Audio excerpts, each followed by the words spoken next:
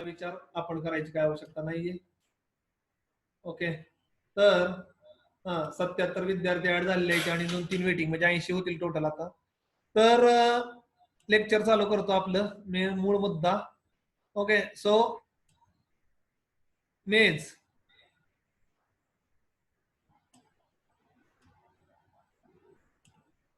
ठीक आहे. तर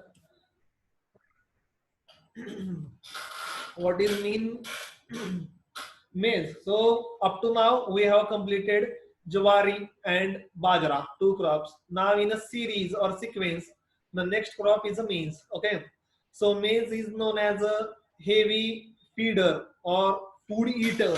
Okay, it required lot of nutrients for their growth and development.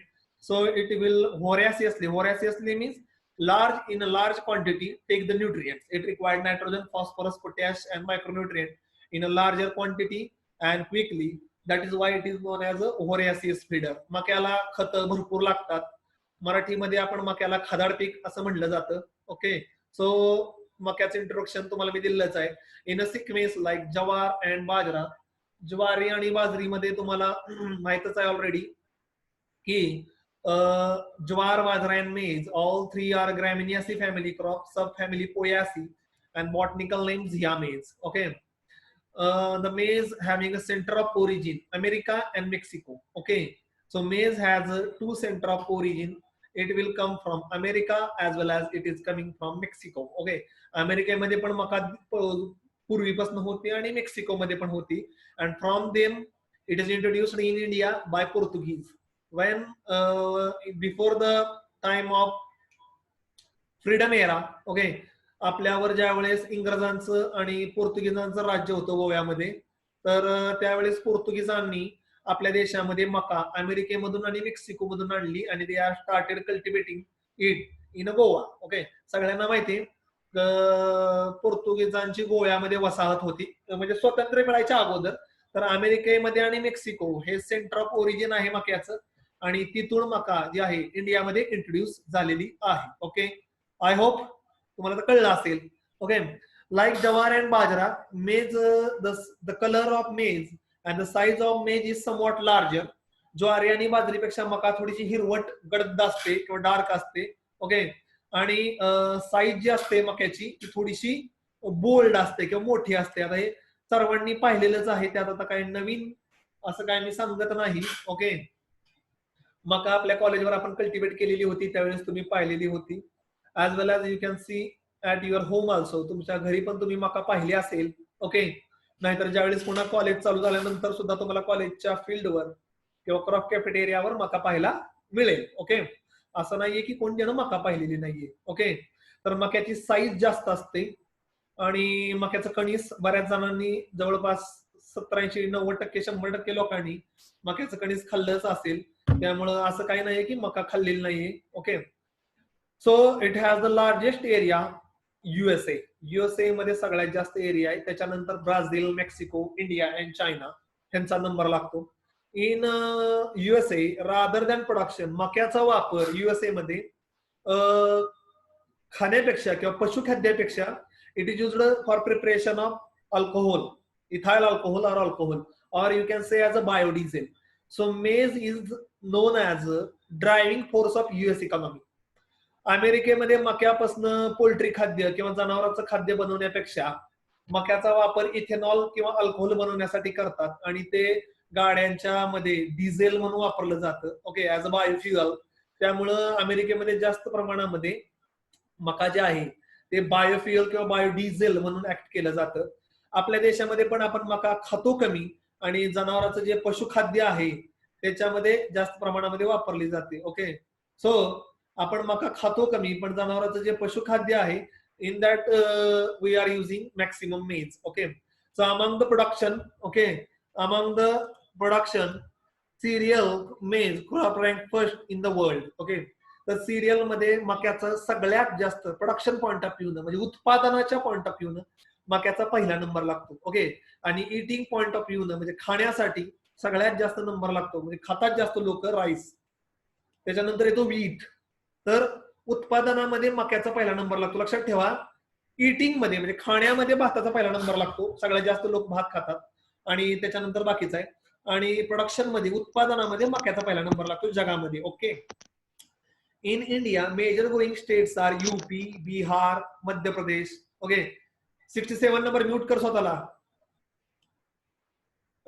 In India major growing state are UP, Bihar, Madhya Pradesh, Rajasthan, Gujarat. Okay, these are the major states. Basically, maize is more cultivated in the northern part of our India. Now it is cultivated in the central as well as South India. Okay, because it is a fodder crop. Okay, rather than food crop. मका हे fodder crop जास्त आहे food crop पेक्षा. Okay. आणि UP, Bihar, Madhya Pradesh, Rajasthan, Gujarat, महाराष्ट्रामध्ये हे वापरलं जातं as a fodder for animal. And in north India they are using as a makke di roti. You have heard this word makke di roti in the movies. Okay. Movies मध्ये मक्के दी रोटी म्हणजे जशी आपण ज्वारीची किंवा गव्हाची चपाती खातो तशी मक्यापासून भाकरी बनते. ओके. जर तुम्ही कधी नॉर्थ इंडियामध्ये गेला असाल, उत्तर प्रदेश, पंजाब त्या भागात, तर मक्यापासून भाकरी बनते. ओके. आपल्याकडे आपण नाही खात पण त्यांच्याकडे बनते, त्याला मक्के दी रोटी म्हणतात. आपल्याकडे जास्त मका जी आहे ती जनावराला पशुखाद्यामध्येच वापरली जाते. In Maharashtra state Solapur, Pune, Dhule, Osmanabad, Aurangabad, Satara, Sangli, Kolhapur, Ahmednagar are mostly growing district. Basically तुम्ही असं म्हणू शकता की वेस्टर्न महाराष्ट्र, पश्चिम महाराष्ट्रामध्ये जनावर, दुभती जनावरांची संख्या जास्त असल्यामुळं दे आर कल्टिवेटिंग मेज. ते मक्याची लागवड मोठ्या प्रमाणामध्ये करतात. ह्याचा अर्थ असा नाहीये की in Marathwada and Vidarbha region they are also cultivating maize. मराठवाड्यामध्ये आणि विदर्भामध्ये पण मका लावतात आणि कोकणामध्ये पण लावतात. तसं काही नाहीये की फक्त मेज is only cultivating in Solapur, Pune, Dhule, Osmanabad, Aurangabad. Okay. It is cultivated more in western Maharashtra, Vidarbha somewhat less and Marathwada somewhat less, but maize is cultivated all over the India. Okay. आता काही राज्यामध्ये जास्त लावतात, काही राज्यांमध्ये कमी लावतात. ह्याचा अर्थ असा नाहीये की मका लावली जात नाहीये बाकीच्या राज्यांमध्ये किंवा बाकीच्या तालुक्यामध्ये सुद्धा. त्याच्यानंतर नेक्स्ट पॉइंट आहे आपला इकॉनॉमिकल इम्पॉर्टन्स. ओके. मेज इज अ इम्पॉर्टंट, एक मिनिट,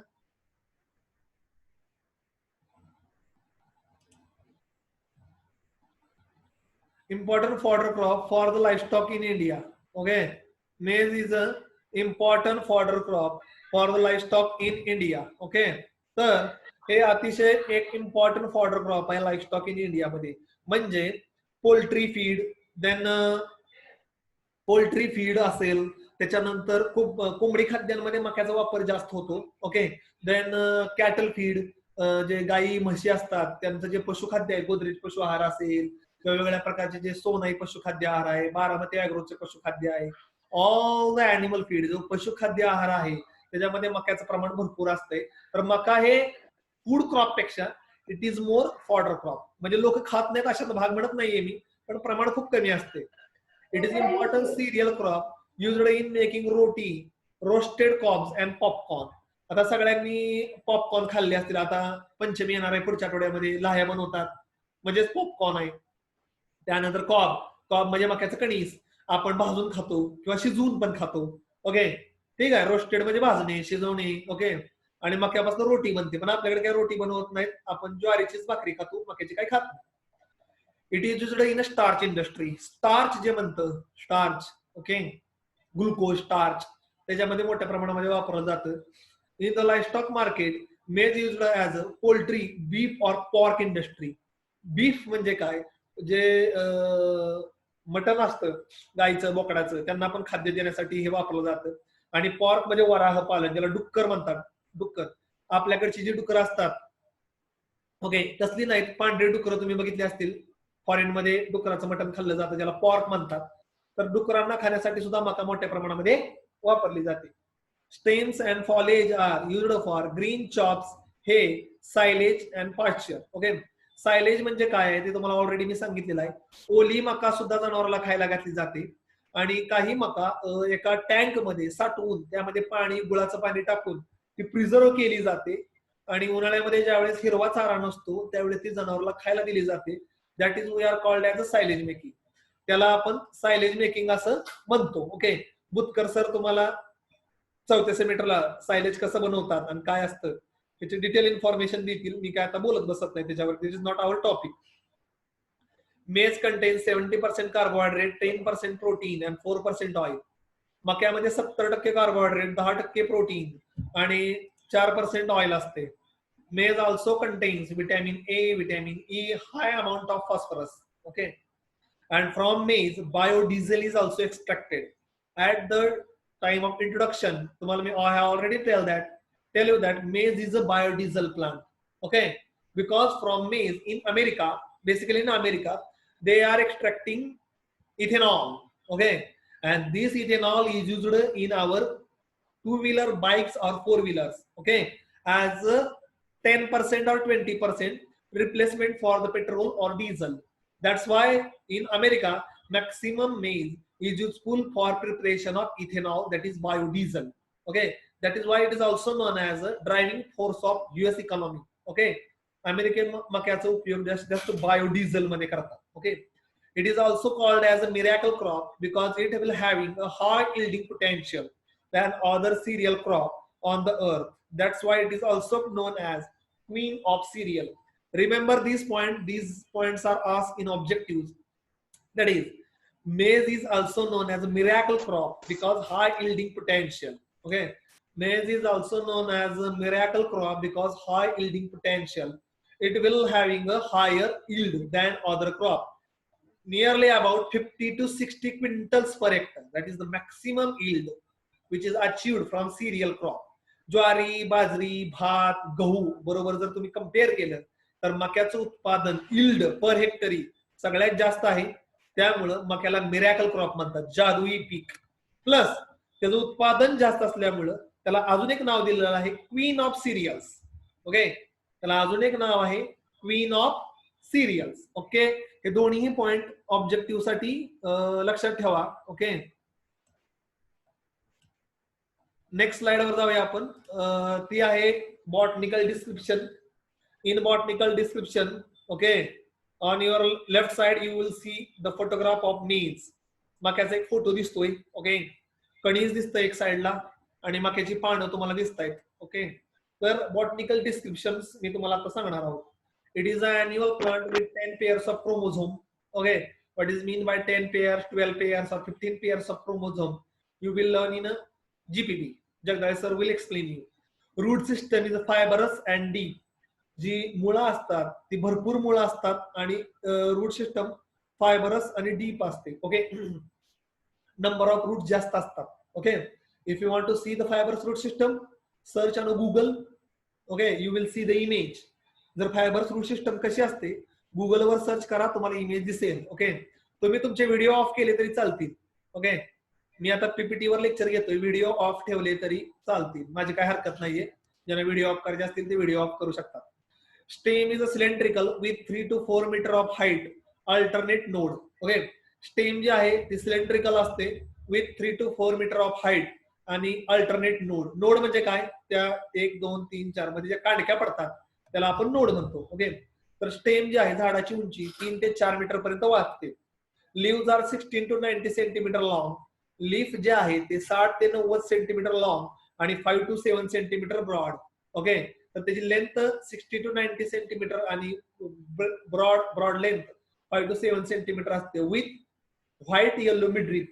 जी मध्य रेषा आहे तुम्ही फोटो मध्ये बघा, पानाच्या मध्ये एक पांढऱ्या कलरची लाईन दिसते तुम्हाला, त्याला मिडरिप म्हणतो आपण. Okay, which is developed on the opposite side of the stem and small hairs. Okay, ठीक आहे, एक साइड ऑपोजिट साइडला होतात, डेव्हलप होतात. ओके, आणि त्याच्यावर एक बारीक केसाची लव असते, बारीक एक केस दिसतील तुम्हाला जर if you have observed closely. Okay, then inflorescence is separate. Flora जो आहे तो सेपरेट असतो. Male flower known as a tassel while female flower known as a kernels or silk. Okay, मग मेज हे क्रॉस पॉलिनेटेड क्रॉप आहे. त्याचं male flower जो असतो तुरा ज्याला म्हणतो तो वर येतो झाडाच्या टॉपवर, त्याला आपण टॅसल्स म्हणतो. आणि फिमेल फ्लावर जे आहे ते कणीस असतं ते साईडला येते. तर फोटोमध्ये तुम्हाला एक कणीस दिसते. तर मेल फ्लावर जो तुरा आहे मक्याचा तो टोकावर येतो आणि कणीस जे आहे ते साईडला येते, कॉप. ओके, तर आणि कणसाच्या बाहेर तुम्हाला एक दिसते बघा ब्राऊन ब्राऊन ब्राऊन कलरची केस असतात, एक हेअरी ग्रोथ असते. तर मेलचे जे पोलन्स असतात it will trapped by that hair. जे मेलचे पोलन्स आहेत ते त्या केसांवर पडतात आणि आतमध्ये जातात आणि देर इज अ सीड फॉर्मेशन. तर मक्याचं कणीस जे आहे ते मक्याच्या झाडावर लागतं. काही झाडांना एक कणस असतात, काहींना 2 पण असतात, 3 पण असू शकतात. So it is a cross pollinated crop. हे क्रॉस पॉलिनेटेड आहे. ओके, त्याचेच पोलन्स त्याच्यावर पडत नाही, शक्यतो दुसऱ्याच्या ह्याच्यावर पडतात. ओके, त्याच्यानंतर नेक्स्ट स्लाइड आहे soil and climate. Okay, soil requirement. Maize can be cultivated on medium to heavy type of soil. मका जे आहे ते medium to heavy type of soil मध्ये कल्टिवेट केलं जातं. PH 6.5 to 8.5. पीएच जो आहे तो 6.5 ते 8.5 means it can tolerate somewhat saline and alkaline condition. तर 6.5 ते 7.5 हा न्यूट्रल असतो, मक्याला 8.5 पर्यंत चालतो. त्यामुळे थोडीशी सलाईन सॉइल जरी असली, जिचा पीएच थोडासा जास्त असला तरी चालू शकतं. ओके, मक्याला हलकी ते चांगल्या प्रकारची जमीन दोन्हीही चालते. Maize can be grown in a deep fertile soil. Okay, शक्यतो चांगल्या फर्टाईल सॉइल्सवर लावावे बिकॉज इट रिक्वायर्ड और it needed lot of nutrients for their growth आणि डेव्हलपमेंट. जास्त प्रमाणाचे न्यूट्रिएंट्स त्याच्या ग्रोथ आणि डेव्हलपमेंटसाठी लागतात. Maize can be grown on a sandy loamy to silty loamy soil. Okay, हलकी मध्यम ते भारी सगळ्या प्रकारच्या जमिनीमध्ये उगवून येते. Climatic requirement. Maize is a tropical crop mostly irrigated. Okay, so maize जे आहे ते उष्ण दमट वातावरणामध्ये येणार. Tropical means somewhat hot and humid climatic condition और irrigated. Temperature requirement 21 to 32 degree Celsius. Temperature जी रिक्वायरमेंट आहे ती 21 ते 32 डिग्री सेल्सिअस आहे. Rainfall 750 mm to 800 mm is sufficient. पाऊस जो आहे तो 750 ते 800 mm सफिशियंट आहे प्लांटसाठी. It is a short day plant. मका जे आहे हे शॉर्ट डे आहे. आता I have already explain what is mean by short day, what is mean by medium day and what is mean by long day. Those plant who complete their life cycle the light intensity less than 10 hours or 8 hours, they are known as a short day plant. ज्या झाडांना 10 तास किंवा 10 तासापेक्षा कमी light लागते त्यांच्या flowering साठी किंवा ग्रोथ आणि डेव्हलपमेंट साठी, त्यांना आपण शॉर्ट डे प्लांट म्हणतो. ज्यांना 10 तास ते 12 तास एवढी लाईट लागते त्यांना आपण मीडियम डे प्लांट म्हणतो. आणि those plant who require more than 12 hours for their growth and development or flowering, it is known as a long day plant. ज्या झाडांना 12 तास किंवा 12 तासापेक्षा जास्त सनलाईट लागते त्याच्या फ्लावरिंग साठी त्यांना लॉंग डे प्लांट म्हणतात. तर लक्षात ठेवा मका हे शॉर्ट डे प्लांट आहे. ओके, हे लॉंग डे प्लांट नाही. शक्यतो खरीपची सगळी पिकं जेवढी खरीप मध्ये कल्टिवेट करतात June July August September all are short day plant.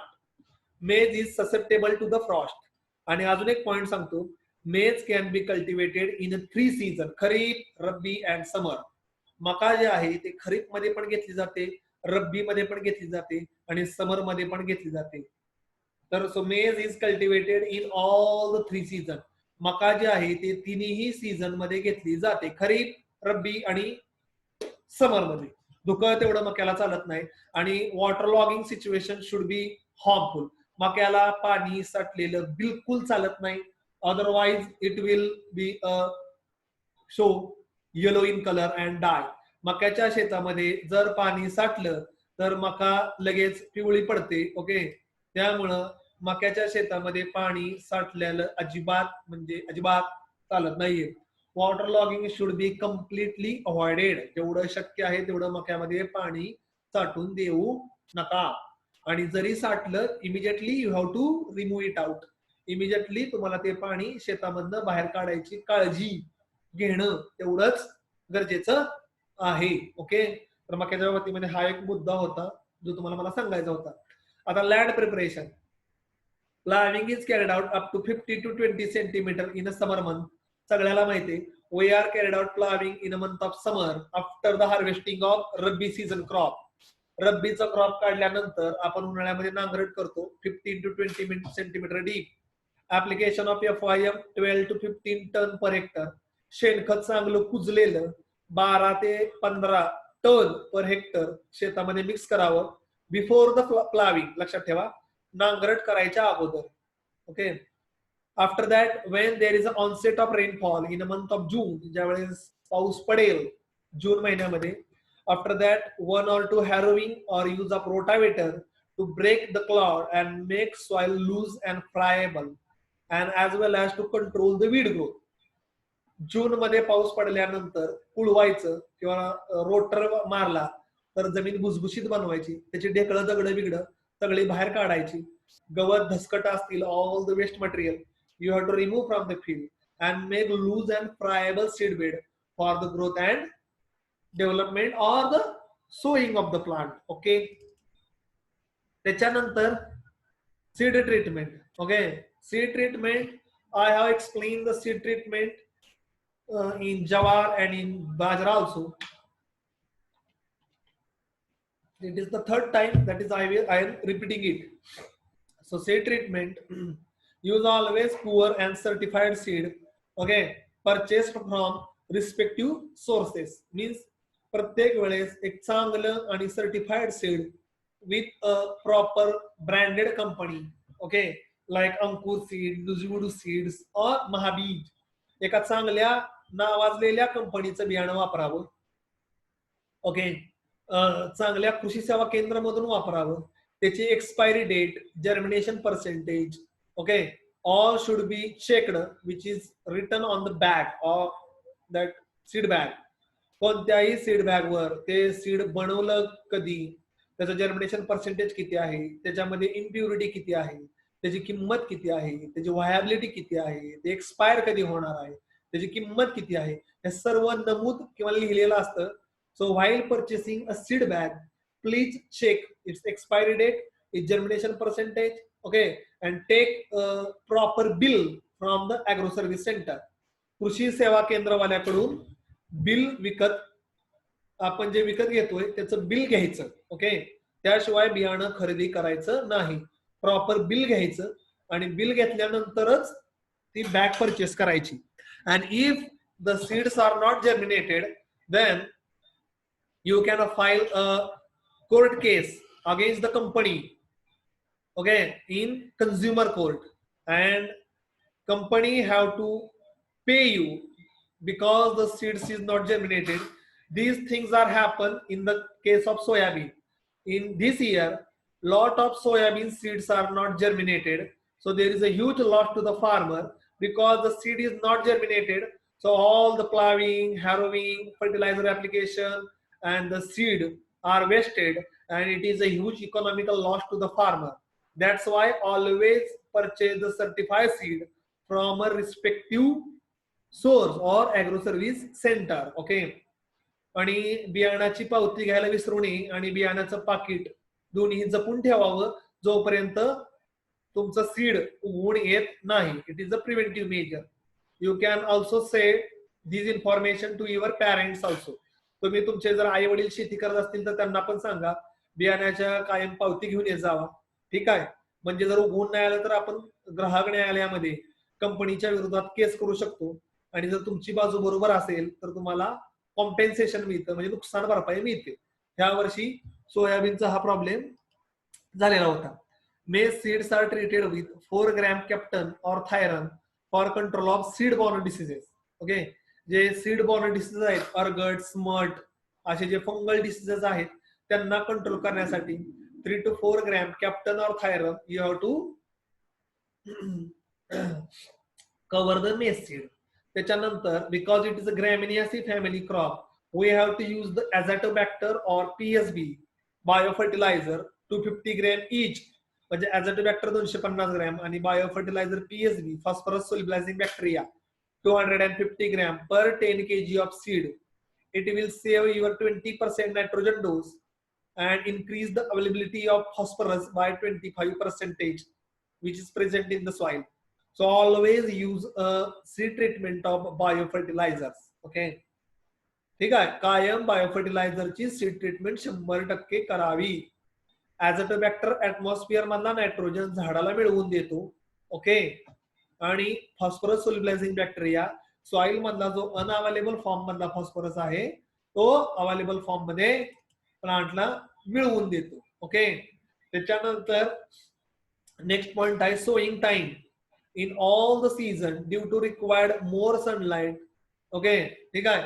इथं एक मुद्दा तुम्हाला सांगतो की sowing time in all the season due to its required more sunlight. Okay, photoperiodism means what? It required a sunlight for its growth and development. तर कुठल्याही सीझनला म्हणजे sunlight कमी असेल जास्त असेल याच्या ग्रोथवर आणि डेव्हलपमेंटवर काही फरक पडत नाही. ओके, कमी असली काय जास्त असली काय, जास्त इट इज नॉट अफेक्टेड. ठीक आहे, that's why maize is cultivated in any season. Okay, सनलाइटच्या इंटेन्सिटीचा ग्रोथ आणि डेव्हलपमेंट वर झाडाच्या काही फरक पडत नाही. ओके, ठीक आहे. लागते सनलाइट, सगळे सनलाइट तर सगळ्यालाच लागते. आता खरीप सीझन मध्ये June to July that's the time of sowing. Rabi season September October that is the time of sowing. And in a summer season March आणि April that is the time of sowing. So maize can be cultivated in any 3 seasons. Okay, then sowing methods. In sowing methods, for grain purpose, dibbling method is carried out. Dibbling means by the hand we have to put the seed into the soil or respective places. हातानं प्रत्येक ठिकाणी किंवा dibbler एक असतो त्यानं प्रत्येक ठिकाणी seed टोकायचं soil मध्ये. That is called as a dibbling. And for the fodder purpose, if you are cultivating the maize for the fodder purpose, चाऱ्यासाठी जर लावणार असाल जनावरांच्या चाऱ्यासाठी तर ड्रिलिंग सोईंग केलं जातं किंवा you can also use the broadcasting. पण ब्रॉडकास्टिंगला कसं आहे मक्या सीड जरा जाड असल्यामुळे जमिनीच्या वरच पडतं, पुन्हा माती आड करावं लागतं तुम्हाला, त्यामुळे drilling is the better option. So मेज फॉर द ग्रेन पर्पज मका 2 पर्पजला लावतात. ग्रेन पर्पज म्हणजे काय, उत्पादन घेण्यासाठी, आणि दुसरी असते फॉडर पर्पज जनावरांच्या चाऱ्यासाठी. In grain purpose the spacing is 60 by 20 centimetre, 60 by 20 और 75 by 20 सेंटीमीटर, 75 by 20 सेंटीमीटर. तर मक्याचे 2 स्पेसिंग आहेत ग्रेन पर्पज साठी, 60 by 20 और 75 by 20 सेंटीमीटर. ओके, आणि फॉडर पर्पज साठी स्पेसिंग बिसिंग काय नसते. As the number of plant are increasing it will give you the biological yield. आता माझं बायोलॉजिकल यील्ड म्हणजे काय आहे. The green yield or fodder yield is considered as a biological yield, and the grain yield, which is known as the economical yield. Grain yield ला आपण economical yield म्हणतो. Okay, तर plant population for grain purpose 15 to 60,000 plants per hectare. Okay, grain purpose साठी seed rate आहे 15 to 20 kg per hectare, 15 ते 20 kg per hectare. आणि for fodder purpose साठी 75 kg per hectare. Okay, fodder purpose साठी 75 kg per hectare हा seed rate आहे. आता साहजिकच आहे इथे एक मुद्दा लक्षात घेण्यासारखा आहे. फॉडर पर्पज साठी the number of plant increases it will give you the maximum biological yield. Fodder purpose साठी जेवढी जास्त झाडं शेतामध्ये तेवढा हिरवा चारा जास्त, कारण की आपल्याला ग्रीन यील्ड तर काय घ्यायची नाही. जरी प्लांट टू प्लांट मध्ये कॉम्पिटिशन झालं फॉर फॉडर पर्पज तरी we don't have any problem, काय प्रॉब्लेम नाही, कारण की आपल्याला ग्रेन यील्ड घ्यायचीच नाहीये. That's why for the fodder purpose the seed rate will be more 3 times more as compare to grain purpose. Grain purpose पेक्षा seed rate जो असतो फॉडर पर्पज मध्ये तो दुप्पट ते तिप्पट असतो. दिसतंय तिथं 75 kg म्हणजे जवळपास तिप्पट पेक्षा जास्त आहे. का, कारण की आपल्याला रो टू रो आणि plant to plant spacing maintain करायचं नसतं, आणि जेवढे जास्तीत जास्त हे काय म्हणतात प्लांट्स फील्ड मध्ये तेवढं जास्तीत जास्त आपल्याला ग्रेन यील्ड किंवा उत्पादन मिळणार आहे. आता सोईंग डेप्थ जी असते कुठपर्यंत पुरायचं किंवा टोकायचं तर ती आहे 5 to 7 सेंटीमीटर डीप, 5 ते 7 सेंटीमीटर डीप. ओके, तर लक्षात ठेवा मक्याच्या बाबतीमध्ये 2 मुद्दे सांगतो. पहिला मुद्दा आहे मका ही 2 प्रकारे कल्टिवेट करतात किंवा 2 कारणांसाठी कल्टिवेट करतात, प्रकारपेक्षा कारणांसाठी. एक कारण आहे ग्रेन पर्पज. जर मक्याचं कणीस जी ग्रेन काढून मक्याचं जर उत्पादन तुम्हाला शेतामध्ये मार्केटमध्ये विकायचं असेल so we are called as a grain purpose. त्याचा सीड रेट आहे 15 ते 20 kg पर हेक्टर. त्याचं स्पेसिंग आहे 60 बाय 20 किंवा 75 बाय 20 सेंटीमीटर. आणि if you are cultivating maize for fodder purpose आणि मका जर जनावरांच्या चाऱ्यासाठी लावायचे असेल तर त्याचा सीड रेट आहे 75 kg per hectare, 75 kg per hectare. आणि त्याच्यामध्ये फॉडर पर्पज साठी कोणत्याही प्रकारचं रो टू रो आणि plant to plant spacing maintain केलं जात नाही. ओके, तर लक्षात ठेवा, स्पेसिंग मेंटेन केलं जात नाही. ग्रेन पर्पज साठी आपण डिपलिंग वापरतो, कारण की रो टू रो आणि plant to plant spacing maintain केलं पाहिजे. किंवा ड्रिलिंग केलं तरी चालतं ग्रेन पर्पज साठी. आणि फॉडर पर्पज साठी आपण ड्रिलिंग म्हणजे पेरणी बैलाने किंवा ट्रॅक्टरनं किंवा ब्रॉडकास्टिंग हाताने विस्कटणी ह्या मेथड फॉलोअप करतो. मका हे असं एकमेव क्रॉप आहे, it can be cultivated in any 3 season. तिन्ही सीझन्स मध्ये कल्टिवेट केलं जातं. जून मध्ये, खरीप मध्ये जून ते जुलै, रब्बी सीझन मध्ये सप्टेंबर ते ऑक्टोबर आणि समर मध्ये मार्च ते एप्रिल. सो मेज can be cultivated round the year.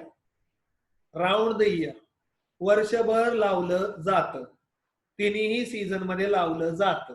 ठीक आहे. आता मी एक तुम्हाला सूचना देतोय. आपलं मका निम्म शिकवून झालेलं आहे. आता 30-40 सेकंद राहिलेले आहेत. तर आपलं हे जे लेक्चर आहे ते आता बंद पडेल. त्याच लिंकवर डबल क्लिक करा. मी डबल लिंक नाही सोडणार, डबल लिंक सोडायची आवश्यकता नाहीये. त्याच लिंकवर क्लिक करा. मी तुम्हाला पुन्हा ऍडमिट करीन आणि आपलं जे मक्याचा जो राहिलेला पार्ट आहे निम्मा, तो मी डबल शिकवायला चालू करीन. ओके, मी पुन्हा रिपीट करतो, वेळ आपला संपत आलेला आहे. तर बंद पडेल लेक्चर. त्याच लिंकवर डबल क्लिक करा. मी डबल लिंक नाही सोडणार आणि मी पुन्हा मक्याचा जो निम्मा पार्ट आपला शिकवायचा राहिलेला आहे अर्धा, तो मी चालू करेन. ओके, जोपर्यंत चालतंय तोपर्यंत बोलतो. Okay, so this is about maize, its season, its growth.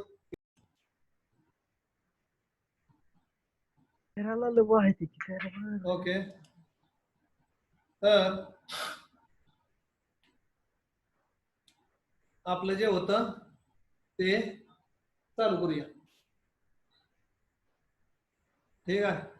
तर इथपर्यंत आपलं शिकवून झालेलं होतं सीड अँड सोईंगचं. ओके, जेवढे विद्यार्थी होते तेवढे ऍड झालेले आहेत. आता मॅन्युअर्स आणि फर्टिलायझर जे आहे ते मी चालू करतोय. ठीक आहे. तर manures and fertilizer management of maize. Okay, so in irrigated condition, basically maize is cultivated in irrigated conditions also. मका जे आहे ते irrigated condition लाच लावली जाते. ठीक आहे. Okay, application of FYM 12 to 15 tons per hectare, 12 ते 15 ton per hectare. Fertiliser dose जो आहे एनपीके चा 120-60-40 kg, 120-60-40 असा जो आहे तो एनपीके चा डोस आहे, नायट्रोजन, फॉस्फरस आणि पोटॅशचा. आता तुम्हाला ऑलरेडी सांगितलेलं आहे, because Indian soils are deficit in nitrogen. भारतीय जमिनीमध्ये नायट्रोजन कमी असल्यामुळं we have to add more nitrogen. आपल्याला नायट्रोजन थोडासा जास्त द्यावा लागतो. Phosphorus and potash it is available in to the soil. आपल्या सॉइल मध्ये फॉस्फरस आणि पोटॅश बऱ्यापैकी असल्यामुळं आपण तो निम्मा देतो nitrogen compare to nitrogen. Okay, आणि nitrogen because it is a mobile element, we are supplying the nitrogen at the time of sowing half and remaining half nitrogen will be applied after 1 month. तर 60 kilo nitrogen, 60 kilo phosphorus आणि 40 kilo potash हा at the time of sowing ला द्यायचा. आणि राहिलेला जो आहे 60 kilo nitrogen 1 month after sowing द्यायचा. 1 महिन्यानंतर दिला तरी चालतो, कारण की हा मोबाईल एलिमेंट आहे. ओके, अशा रीतीने फॉलियर स्प्रे जो आहे ते 2 ते 3% युरियाचा जर सीड फ्लॉवरिंग स्टेजला असेल तर त्यावेळेस 2 ते 3% युरिया पाण्यामध्ये विरघळून जर तुम्ही झाडावर स्प्रे मारला, so it will be better for the crop growth and yield and the seed quality. Okay, you can also apply the zinc or boron because nowadays there is a deficiency of zinc, boron. Okay, so if you are applying or any farmer is applying a micronutrient bag also, it is also available in market. I think 600 rupees to 700 rupees per 10 kg. So you can mix this bag of micronutrient and you can apply it into the field. So your crop will not having any deficiency. and the growth will be more and actively growing plant does not having any deficiency. तर मायक्रोन्यूट्रिएंट जरी add केले तरी ह्याच्याबरोबर चालू शकते. ठीक आहे. त्यानंतर नेक्स्ट आहे irrigation and water management. Next जो टॉपिक आहे याच्यामधला पॉइंट आहे तो irrigation and water management. Because it is a irrigated crop, okay, it cannot sustain a water logging condition. जरी हे इरिगेटेड क्रॉप असलं तरी याला पाणी साठलेलं किंवा साठून राहिलेलं बिलकुल चालत नाही, नाहीतर मक्याची पानं पिवळी पडतात. इरिगेटेड असलं तरी सुद्धा. But at the dry spell in Kharif season, irrigation should be given at the critical growth stages. Okay. समाधान स्वतःला म्यूट कर. किती वेळा सांगायचं? तुम्हाला करत बसायला लागते रे, थोडंसं कॉमन सेन्स आहे. ठीक आहे. देन मक्याच्या एक 4 क्रिटिकल ग्रोथ स्टेजेस आहेत. As you know, the definition of critical growth stages, it is the stage of crop growth where plant required water. If the water is not available to the plant, then the yield of crop may get affected or may get reduced, which cannot be recovered by further application of water. झाडाच्या वाढीची अशी अवस्था ज्या वेळेस झाडाला पाण्याची नितांत गरज असते. जर झाडाला पाणी नाही भेटलं कोणत्याही कारणास्तव तर झाडाचं उत्पादन कमी येतं आणि कमी आलेलं उत्पादन पुन्हा कितीही पाणी दिलं भविष्यात तर ते भरून येत नाही. त्याला आपण म्हणतो क्रिटिकल ग्रोथ स्टेजेस. ही डेफिनेशन जी आहे ती मी तुम्हाला आता 3ऱ्या वेळेस सांगितलोय. ज्वारीमध्ये पण सांगितली होती आणि बाजरीमध्ये पण सांगितलेली होती. त्याच्यानंतर क्रिटिकल ग्रोथ स्टेजेस ऑफ मेज, त्याच्यामध्ये येतं टॅसलिंग 45 to 15 डेज आफ्टर सोईंग.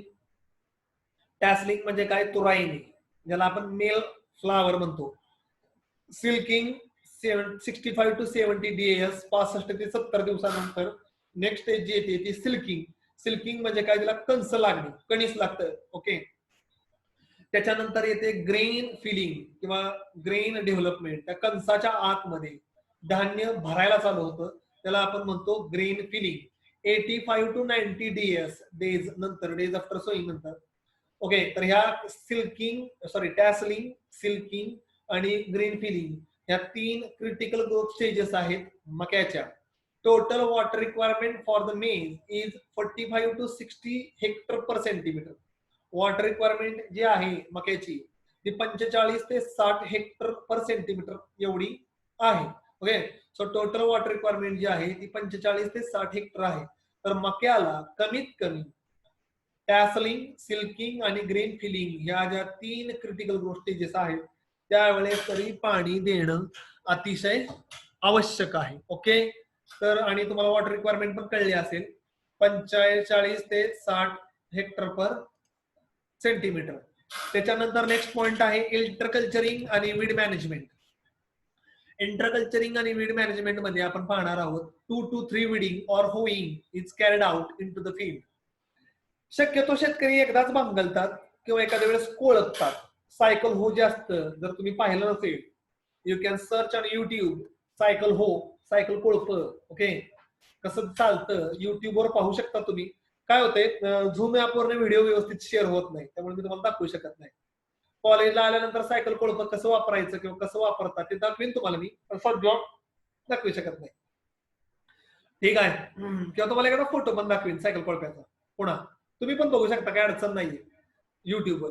तर सायकल कोळप जे आहे ते यूज ऑफ हार्बिसाइड अट्राझिन और सिमॅझिन 1 to 1.5 kg per hectare dissolved in 500 to 600 liters of water as a pre-emergence application after the sowing but before the emergence of the seed.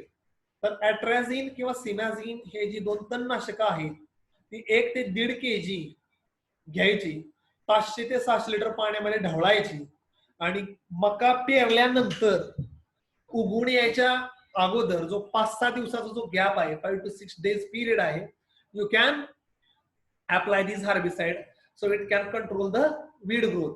वीडची जी growth आहे ती control करतं. किंवा you can also use the 2,4-D 3 to 4 kg per hectare dissolved in 500 to 600 liters of water as a post emergence application. मका उगवून आल्यानंतर suppose जर गवत आलं किंवा गवत दिसलं तर तुम्ही 2,4-D हे बेस्ट हर्बिसाइड आहे. 3 ते 4 किलो 500 ते 600 लिटर पाण्यामध्ये डिझॉल्व्ह करून तुम्ही स्प्रे करू शकता पोस्ट इमर्जन्स. तर इथं मी तुम्हाला 3 हर्बिसाइडची नावं सांगितलेली आहेत. एक आहे अट्राझिन आणि सिमॅझिन, जे आहे प्री इमर्जन्स. प्री इमर्जन्स म्हणजे काय? मका पेरलेली आहे पण उगवून आलेली नाही. तो जो 5-6 दिवसाचा गॅप आहे त्याला म्हणायचं प्री इमर्जन्सी ऍप्लिकेशन. त्यामध्ये अट्राझिन किंवा सिमॅझिन हे बेस्ट ऑप्शन आहे. आणि उगवून आल्यानंतर जर सपोज गवत दिसत असेल, वीड दिसत असेल, तर त्याला आपण पोस्ट इमर्जन्सी ऍप्लिकेशन म्हणतो. ओके, ठीक आहे. तर अशा रीतीनं मक्याचं वीड मॅनेजमेंट आहे. एक तर हातानं भांगला किंवा कोळपा. ओके, ठीक आहे. आता ज्वारीमध्ये आणि बाजरीमध्ये तुम्हाला मी पेस्ट आणि डिसीजेस दाखवले नव्हते. ओके, आता मी आज तुम्हाला ज्वारी, बाजरी आणि मक्यामध्ये जवळपास सारखेच पेस्ट आणि डिसीजेस असतात. ज्यावेळेस ज्वारी, बाजरी शिकवलं होतं त्यावेळेस मी तुम्हाला सांगणार होतो, सांगितलं होतं की मी तुम्हाला पेस्ट आणि डिसीजेस पुन्हा सांगेन. तर पेस्ट आणि डिसीजेसच्या बाबतीमधलं जे आहे ते मी तुम्हाला आता सांगतोय. शूट फ्लाय हा ज्वारीवर पण पडतो, हा बाजरीवर पण येतो आणि हा मक्यावर पण येतो. ठीक आहे. तर तुम्हाला एक किडा दिसतोय या साईडला. ओके, आणि दुसऱ्या साईडला मक्याचं झाड वाळलेलं दिसतंय. ओके, तो माणसानं बघा ते हात लावलाय, त्याच्या अलीकडचं एक झाड आहे. So shoot fly bore into the stem of the plant and feed inside the stem. So food flow from the root to the top of the flower will be stopped and plant will die. This is known as dead herds. Okay, तर हा जो किडा आहे तो मक्याच्या स्टेमला hole करतो. मक्याचा जे स्टेम आहे त्याला होल करतो आणि आतमधला सगळा जो गाभा आहे तो पकडून खातो. त्यामुळं झाडाच्या मुळापासून from the root two the top the food flow will be stop. Food flow stop होतो आणि माणसानं जिथं हात लावलाय बघा, झाड पूर्ण पिवळं पडले शेंडा त्याचा, त्याला म्हणायचं डेड हर्ट्स. पुन्हा रिपीट करतो, माणसाचा हात दिसतोय तुम्हाला फोटोमध्ये, तर तिथं ते वाळलंय झाड, त्याला म्हणायचं डेड हर्ट्स. डेड हर्ट्स का होतं? तर खालनं मुळानं घेतलेलं अन्नद्रव्य झाडाच्या शेंड्यापर्यंत पोचतच नाही. कसं पोचणार? किड्यानं मध्येच ते खाऊन टाकलं तर ते झालं डेड हर्ट्स. तर त्याच्यावर कंट्रोल मेजर आहे क्विनालोफॉस monocrotophos 300 ml dissolve in 200 liters of water.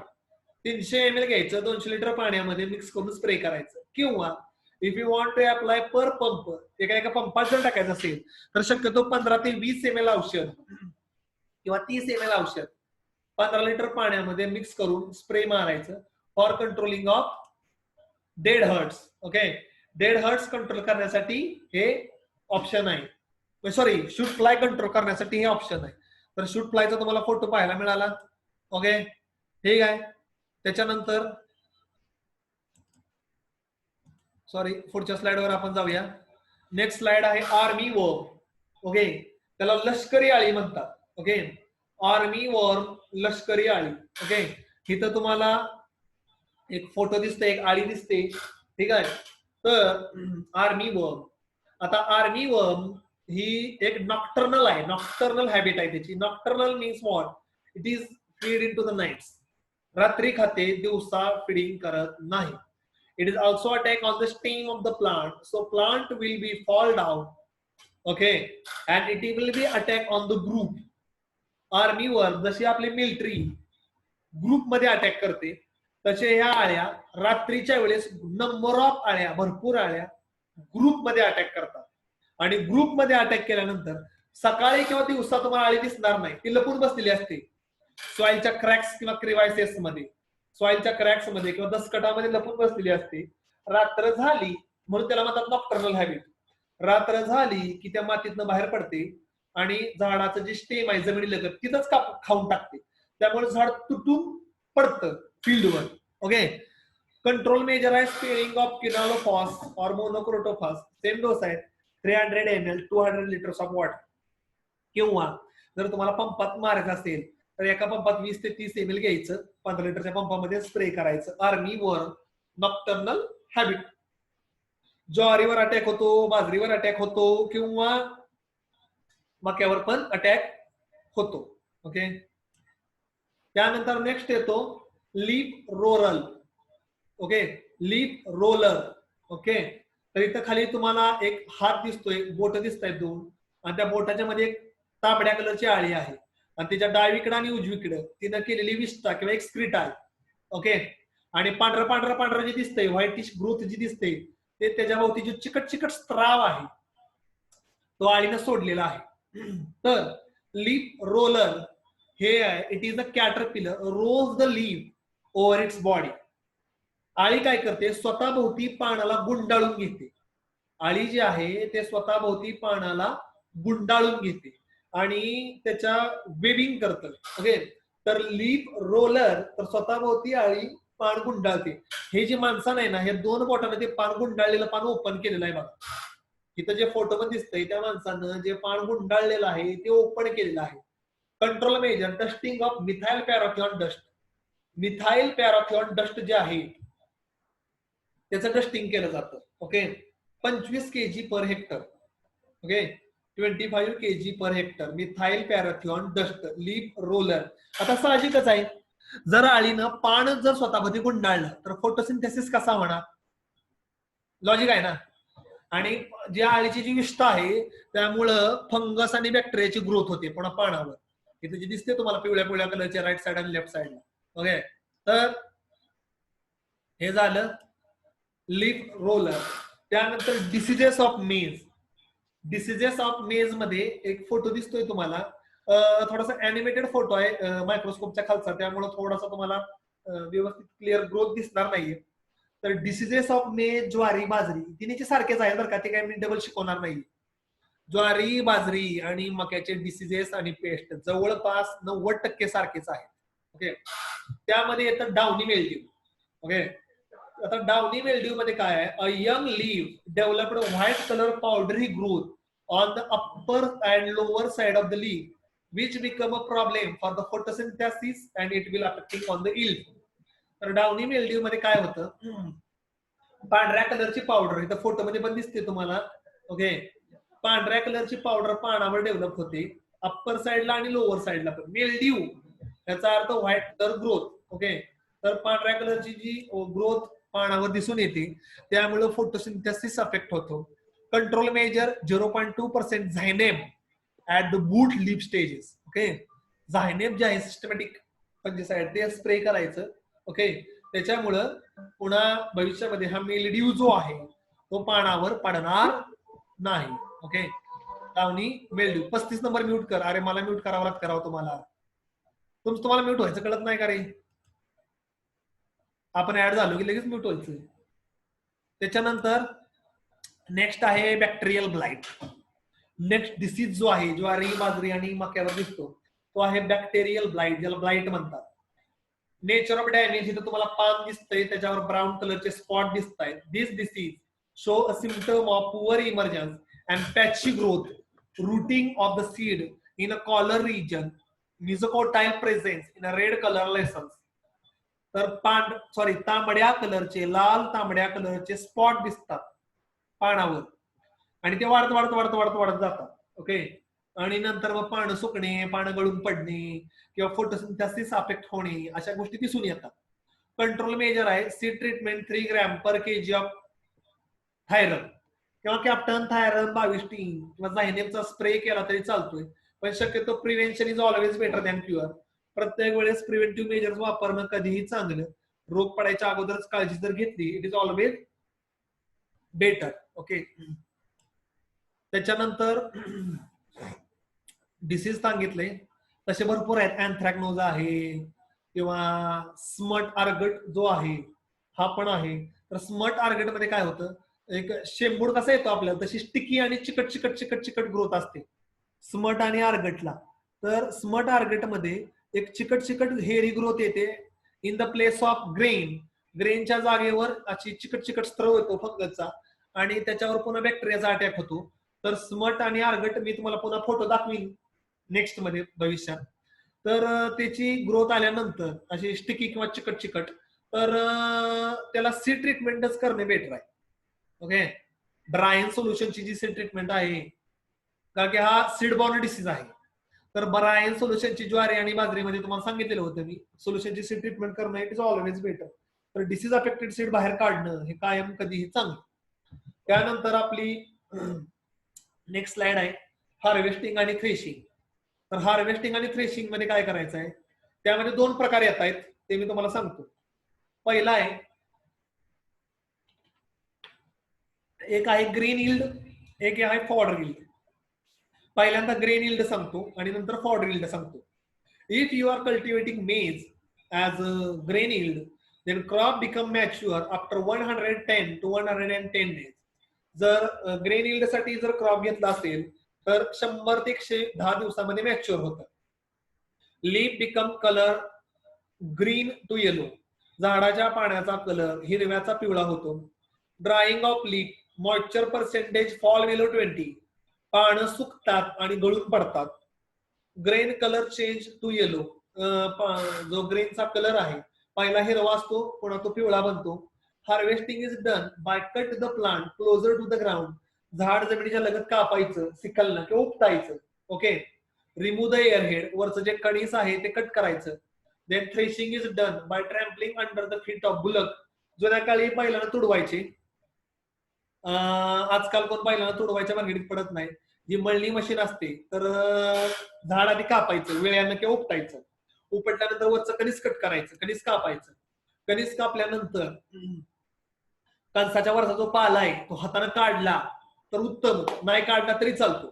नंतर जे मळणी मशीन आहे ट्रॅक्टरवरचं तुम्ही बघितलं असेल, मळणी मशीन मध्ये ती कणस वाळल्यानंतर 5-6 दिवस वाळवायची आणि मळणी मशीन मध्ये घालायची. तर कणसाचं जे बिरमुट आहे त्याचा भुगा होतो आणि ग्रेन जे आहे ते पोत्यामध्ये आपण कलेक्ट करू शकतो. नंतर क्रॉप ड्राय करायचं, मॉइश्चर पर्सेंट जे आहे, नंतर आपलं जे उत्पादन आहे यील्ड आहे ते उन्हामध्ये वाळवायची. मॉइश्चर पर्सेंटेज हार्वेस्टिंगच्या वेळेस 15-16% असते आणि आपण कमी करून ते 12-13% किंवा 14% कमी करायचं आणि पोत्यामध्ये भरायचं आणि नंतर मार्केटमध्ये नेऊन विकायचं. Dried stalk are used for hay or silage making, आणि शिल्लक राहिलेलं जे प्लांट आहे ते जनावराला खाद्य म्हणून पण तुम्ही वापरू शकता. दुसरी एक मेथड आहे, इफ यू आर कल्टिवेटिंग मेज as a grain crop, sorry fodder crop, मका जर तुम्ही चाऱ्याचं पीक म्हणून वापरलं, मी पुन्हा रिपीट करतो, मका जर चाऱ्याचं पीक म्हणून जर तुम्ही वापरलं चाऱ्यासाठी, हिरवा चाऱ्यासाठी, so there is no waiting for drying, तर मक्याचं वाट बघत बसण्याची काही आवश्यकता नाही किंवा मका वाळेल ह्याची पण वाट बघण्याची काही आवश्यकता नाही. ओके. जर मका वाळेल ह्याची पण वाट बघत बसण्याची काही आवश्यकता नाहीये. वेन मेज is at the green stage, मका ज्यावेळेस हिरवी असेल, ओके, त्यावेळेस सुद्धा तुम्ही मका हिरवी असताना म्हणजे 40-45 दिवसानंतर हिरवीगार मका आहे, त्याला फुलोरा यायला लागलेला आहे, फ्लावर्स लागलेले आहेत, त्याच वेळेस कट करायची जनावराला खायला घालायची. If you are cultivating maize for fodder purpose, चाऱ्यासाठी जर मका लावली असेल तर तिला ग्रेन लागेपर्यंत, कणीस लागेपर्यंत वाट बघायची नाही. नाहीतर काय होतं, all the nutrients should be diverted towards the grain, सगळे जे न्यूट्रिएंट्स आहेत ते धान्याकडे डायव्हर्ट होतात आणि मक्याला मिळत नाही. मी पुन्हा रिपीट करतो, all the nutrients are diverted towards the grain, आणि झाडामध्ये न्यूट्रिएंटच राहत नाहीत आणि मग तसलं खाद्य जनावरांना देऊन करायचं आहे काय. त्यामुळं जर मका चाऱ्यासाठी लावली असेल तर 50% फ्लावरिंग, रिमेंबर माय वर्ड, लिहून घ्या लिहायचं असेल तर, मका किंवा कोणतंही crop if you are cultivated for fodder purpose, चाऱ्यासाठी जर लावला असेल तर ते 50% फ्लावरिंगच्या वेळेसच कट केलं पाहिजे. कळलं? ते वाळेपर्यंत, त्याला ग्रेन लागेपर्यंत वाट पाहण्याची काहीही आवश्यकता नाही. त्याच्यानंतर इल्ड, तर मक्याची जी इल्ड आहे ती इम्प्रूव्ड मेथड मध्ये, ओके, मक्याची जी इल्ड आहे ती इम्प्रूव्ड मेथड मध्ये जवळपास 50 ते 55 क्विंटल पर हेक्टर येते, आणि मका जर पावसाच्या जीवावर लावली तर 20 ते 25 क्विंटल पर हेक्टर येते. म्हणून मक्याची इल्ड जी आहे जर तुम्ही ज्वारी, बाजरी, गहू किंवा भाताबरोबर कम्पेअर केली सिरियल क्रॉप मध्ये हायएस्ट आहे 50 ते 55 क्विंटल पर हेक्टर एवढी यील्ड मक्यामध्ये जी आहे ती हायएस्ट आहे का, म्हणूनच तिला मिरॅकल क्रॉप किंवा क्वीन ऑफ सिरियल्स असं म्हणतात. ओके, ठीक आहे. तर हे लक्षात ठेवा, सगळ्यात जास्त उत्पादन सिरियल फॅमिलीचं हे जे आहे हे मक्यामध्येच दिसून येतं. लक्षामध्ये, ठीक आहे. तर हा झाला मक्याच्या संदर्भातला पॉइंट. इल्ड लक्षात ठेवा 50 ते 55 क्विंटल पर हेक्टर आणि रेनफीडची 20 ते 25 क्विंटल पर हेक्टर. त्यानंतर अजून एक मुद्दा सांगतो, विजय व्हरायट्या, विजय, किसान, पंचगंगा, मांजरी, ओके, गंगा सफेद 2, गंगा 11, ह्या ज्या सगळ्या आहेत ह्या सगळ्या मक्याच्या व्हरायटी आहेत. विजय, किसान, पंचगंगा, किरण, मांजरी, गंगा सफेद, Ganga 11 or for fodder purpose आणि मक्याची फॉडर पर्पजची आफ्रिकन टॉल सगळ्यात जास्त फेमस व्हरायटी आहे. खाली एक फोटो टाकलाय बघा मी आफ्रिकन टॉलचा, तुम्हाला दिसतोय. हिरवगार झाड आहे, मोठ्याच्या मोठं, पानं मोठी आहेत, स्टेम मोठी आहे. आफ्रिकन टॉल, मी पुन्हा रिपीट करतो, मक्याची आफ्रिकन टॉल ही जी व्हरायटी आहे ती सगळ्यात जास्त फेमस आहे साऱ्यासाठी. Okay, not green, it is famous for fodder purpose. Okay, तर मक्याची जी आहे ही चाऱ्यासाठी सगळ्यात जास्त फेमस व्हरायटी आहे. ओके, ठीक आहे.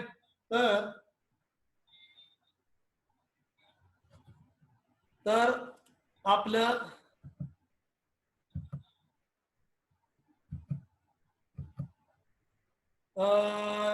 लेक्चर संपलेलं आहे मक्याच्या संदर्भामधलं.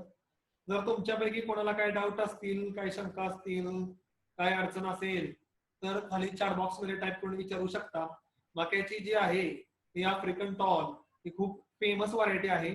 ओके, तर तेवढं लक्षात ठेवा. ओके, एवढंच मला तुम्हाला सांगायचं आहे.